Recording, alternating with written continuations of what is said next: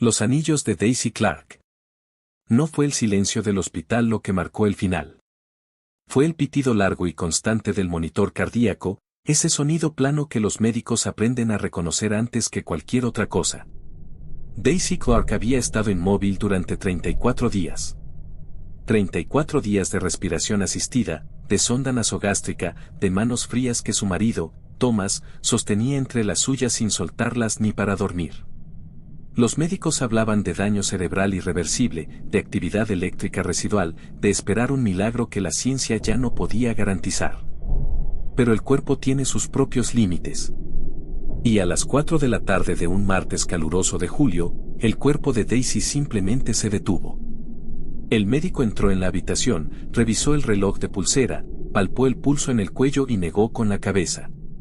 No hubo dramatismo. Solo un asentimiento grave y una frase protocolaria: lo siento. Ha fallecido. Thomas no lloró de inmediato. Se quedó mirando la cara de Daisy, buscando algún rastro de la mujer que había sido, pero solo encontró la paz rígida de la muerte clínica. La certificaron a las 4:12. La sacaron del hospital a las 6. Y al día siguiente, bajo un sol que derretía el asfalto y hacía vibrar el aire sobre el césped, la enterraron. El cementerio era pequeño. Apenas 1 hectárea rodeado de un muro de piedra baja y árboles viejos que daban más sombra que consuelo. Estaba a exactamente 1,5 kilómetros de la casa que Daisy y Thomas habían comprado 5 años atrás. Una distancia corta en coche, larga a pie, perfecta para que los vecinos pudieran llevar flores los domingos sin molestarse demasiado. Thomas se quedó de pie junto a la fosa recién abierta, con un traje negro que le quedaba grande y las manos metidas en los bolsillos para que no temblaran. Cuando el pastor terminó las palabras de costumbre, Thomas dio un paso adelante, miró la tierra oscura y húmeda que ya cubría la mitad del ataúd de pino, y dijo en voz baja: que descanse siempre en paz. Pero el descanso, como suele ocurrir con los cuerpos que no mueren del todo, no llegó. La noche cayó pesada sobre el valle. El calor del día se transformó en una humedad densa que se pegaba a la piel y hacía crujir la madera de los porches. Las luciérnagas aparecieron entre los lápidas como brasas flotantes. Y a las 2 de la madrugada, cuando hasta los grillos habían bajado el tono, una figura surgió del linde del bosque. Llevaba una chaqueta oscura, botas de trabajo gastadas, una pala de mango corto y una linterna de mano con la lente agrietada. No era un monstruo. No era una sombra maldita. Era un hombre con deudas, con una adicción que le roía los huesos y con la fría lógica de quien ha calculado que el riesgo vale más que la moral. Había estado en el funeral. Había visto los anillos. 2 anillos. Uno de oro blanco con un diamante talla brillante en el centro, regalo de compromiso. Otro, más antiguo, con un rubí engastado en plata, herencia de la abuela de Daisy. Thomas los había colocado él mismo en los dedos de su esposa antes de cerrar la tapa. Para que te acompañen, había susurrado. Y el ladrón, desde la última fila de sillas plegables, había tomado nota mental. Los joyeros de la ciudad pagaban bien por piedras así. Y los muertos no las necesitan. La tierra estaba blanda. Había llovido 2 días antes, y el entierro reciente no había dado tiempo a que el suelo se asentara. Eso jugaba a su favor. El hombre apoyó la pala en el borde de la fosa y comenzó a cavar. El sonido era rítmico, sordo, amortiguado por el césped húmedo. Clac. Suspiro. Clac. Suspiro.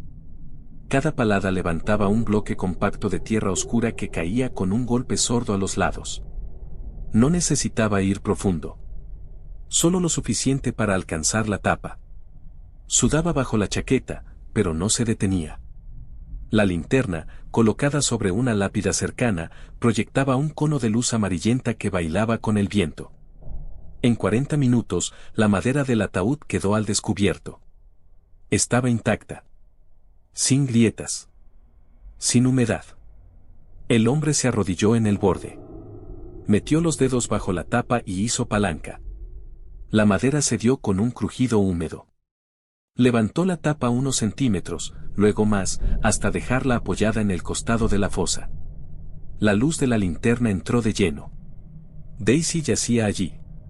Vestida con un vestido blanco sencillo, las manos cruzadas sobre el abdomen, el cabello castaño extendido sobre la almohada de satén. Su piel estaba pálida, casi translúcida, pero conservaba esa tersura extraña que a veces mantienen los cuerpos en las primeras horas tras el fallecimiento, cuando la circulación se detiene pero los tejidos no han comenzado a degradarse.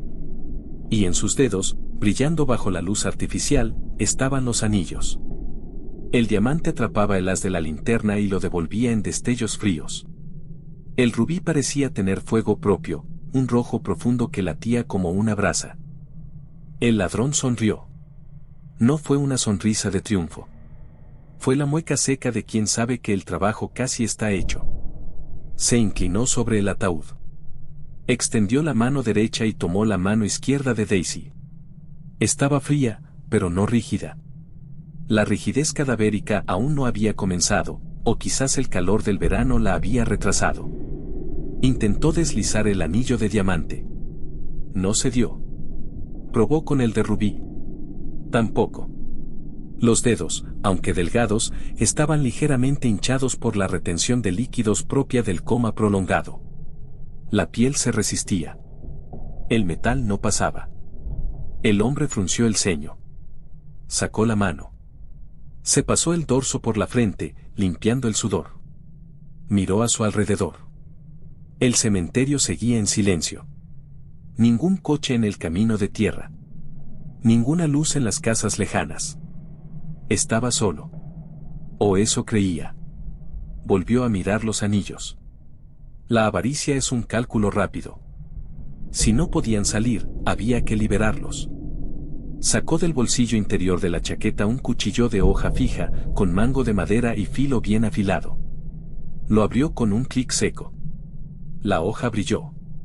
Respiró hondo. Se dijo que no importaba. Que era un cuerpo. Que no sentía. Que el dolor era un privilegio de los vivos. Apoyó la punta del cuchillo en la base del dedo anular izquierdo, justo debajo del anillo de bodas. Presionó. La piel cedió. La hoja entró.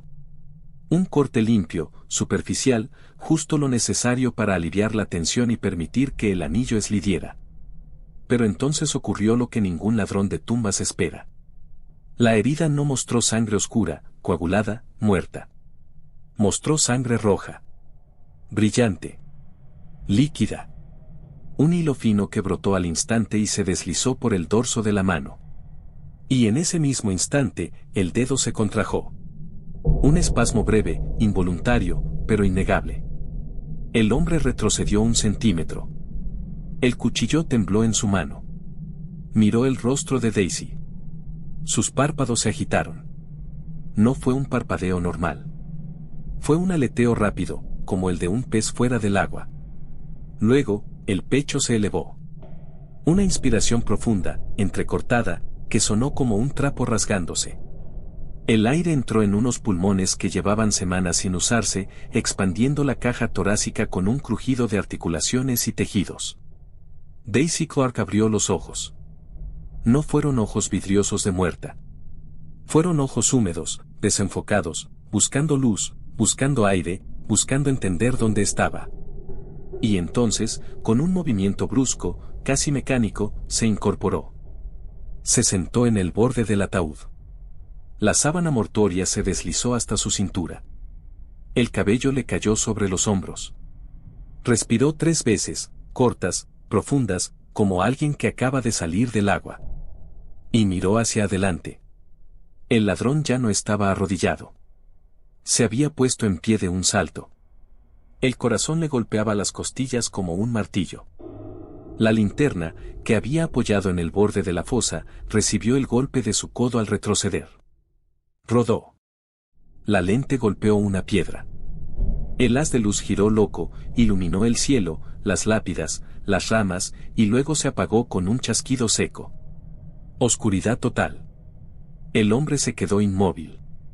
Solo se oía su propia respiración, agitada, errática. Y entonces, otro sonido. Arenaéndose. Tela arrastrándose. Un pie descalzo pisando tierra húmeda. Daisy había salido del ataúd. Caminaba hacia el borde de la fosa. El ladrón contuvo el aliento. Sabía que estaba a menos de 2 metros. Sabía que si se movía, lo vería. Sabía que si respiraba, lo escucharía. Daisy llegó al borde. Subió con dificultad, agarrándose a la tierra con las manos desnudas. Sus uñas se llenaron de barro. Se puso de pie. Se sacudió la sábana, que quedó colgando de sus hombros como un manto irregular. Dio un paso. Luego otro. Pasó a menos de 1 metro del ladrón. Él podía oler la tierra fresca, el frío del ataúd, el aliento cálido de alguien que acaba de volver. Se quedó congelado. Los músculos de las piernas le temblaban. El cuchillo seguía en su mano, pero ya no era un arma. Era un recordatorio de lo que había intentado hacer. Daisy se detuvo. Giró la cabeza lentamente. No lo miró a los ojos. Miró hacia su silueta, hacia la forma oscura que se recortaba contra el cielo estrellado. Se ajustó la sábana sobre el hombro izquierdo, como si tuviera frío. Y habló. Su voz era ronca, seca, desentonada por la falta de uso, pero clara. Inconfundiblemente humana. ¿Quién eres? La pregunta flotó en el aire nocturno. No había acusación. No había rabia. Solo curiosidad. La curiosidad de alguien que ha despertado en un lugar extraño y ve a un desconocido frente a sí. Pero para el ladrón, esas 2 palabras fueron un martillazo en el cráneo. Un cadáver no habla. Un cuerpo frío no pregunta. Un muerto no respira. Su mente, entrenada para el riesgo pero no para lo imposible, se quebró. El instinto de supervivencia tomó el control.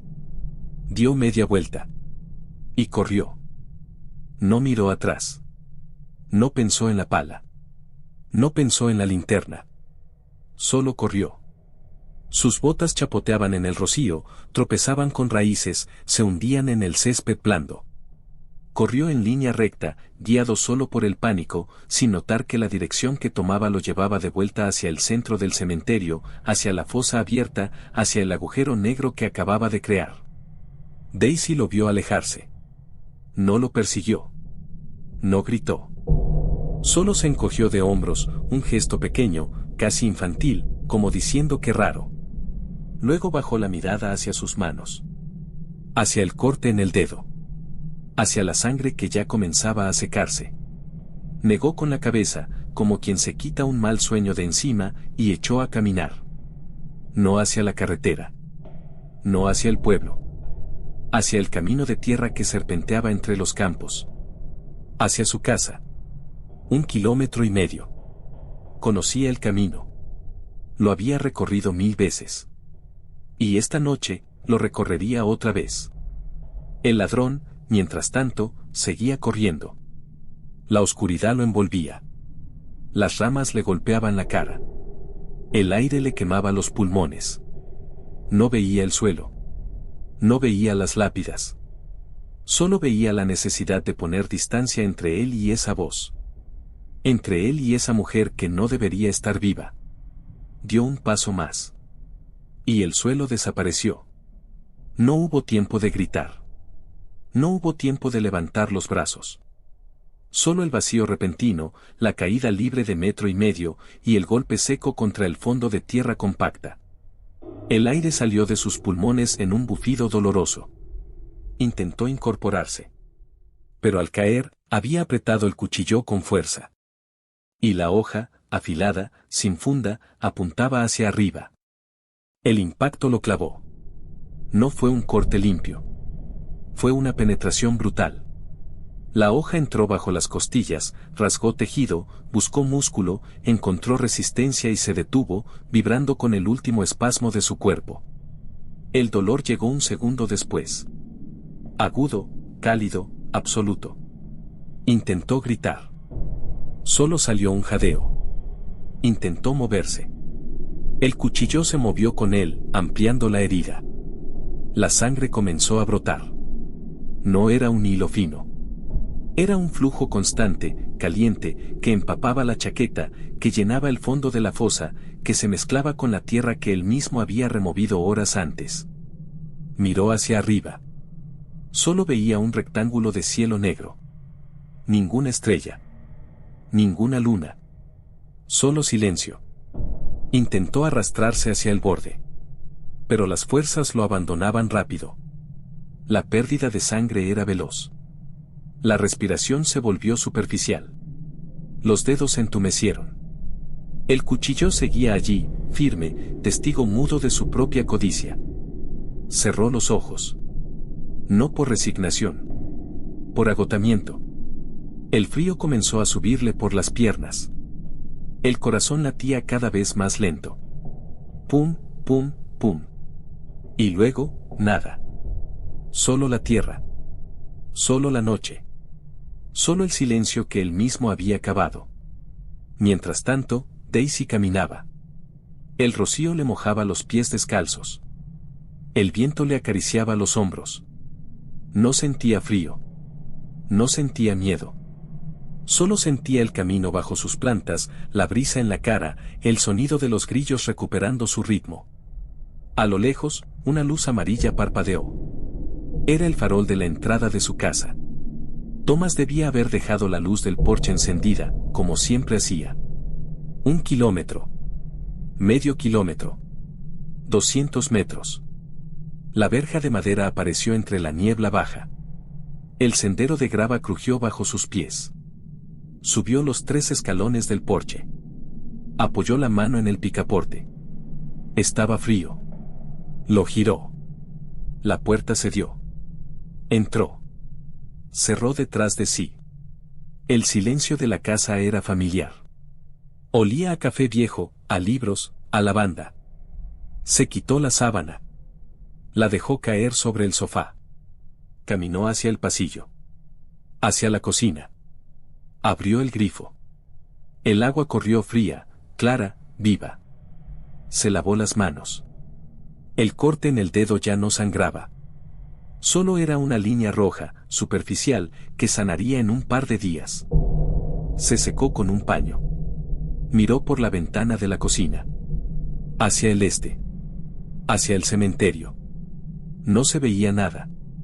Solo oscuridad. Solo árboles. Solo noche. No sonrió. No lloró. Solo respiró. Una respiración profunda, tranquila, de alguien que ha vuelto. Porque a veces, el cuerpo no muere cuando los papeles dicen que sí.